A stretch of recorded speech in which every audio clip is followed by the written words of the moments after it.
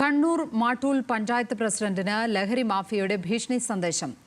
K ഫാരിഷ്കായ ആണ് ഫോണിലൂടെ സമൂഹമാധ്യമങ്ങളിലൂടെയും ഭീഷണി സന്ദേശം കിട്ടിയത്. പഞ്ചായത്തിൽ ലഹരി വിരുദ്ധ പ്രവർത്തനങ്ങളുടെ ഭാഗമായി അറസ്റ്റ് ചെയ്ത പ്രതിയാണ് ഫോണിൽ വിളിച്ച് ഭീഷണിപ്പെടുത്തിയത്.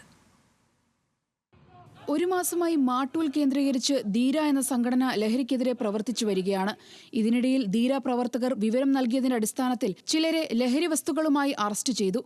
ഇതിലൊരാളാണ് ഫാരിഷയെ ഫോണിൽ വിളിച്ച് ഭീഷണിപ്പെടുത്തിയത്. നിയമത്തിന്റെ ഒരു ഇതറിയാലോ, കാരണം എത്ര വലിയ കേസായാലും പെട്ടെന്ന് ഊരിപ്പോവുക. അപ്പം അങ്ങനെ ഊരിപ്പോയ കുറേ ആൾക്കാർ പിന്നീട് കാണുന്നത് സോഷ്യൽ മീഡിയയിലൂടെയും അതിനപ്പുറം ഫോൺ കോളിലൂടെയുള്ള ഭീഷണിയാണ്. അപ്പോൾ ഫോൺ കോളിലൂടെ ഒക്കെ വിളിച്ച് പറയുന്നത് നിങ്ങളുടെ വീട്ടിലുള്ള ആൾക്കാർക്ക് പണി തരാം, അല്ലെങ്കിൽ നിങ്ങളുടെ കുട്ടികളിലെ അവർക്ക് നമ്മൾ കാണിച്ചു തരാം എന്നുള്ള രീതിയിലാണ്.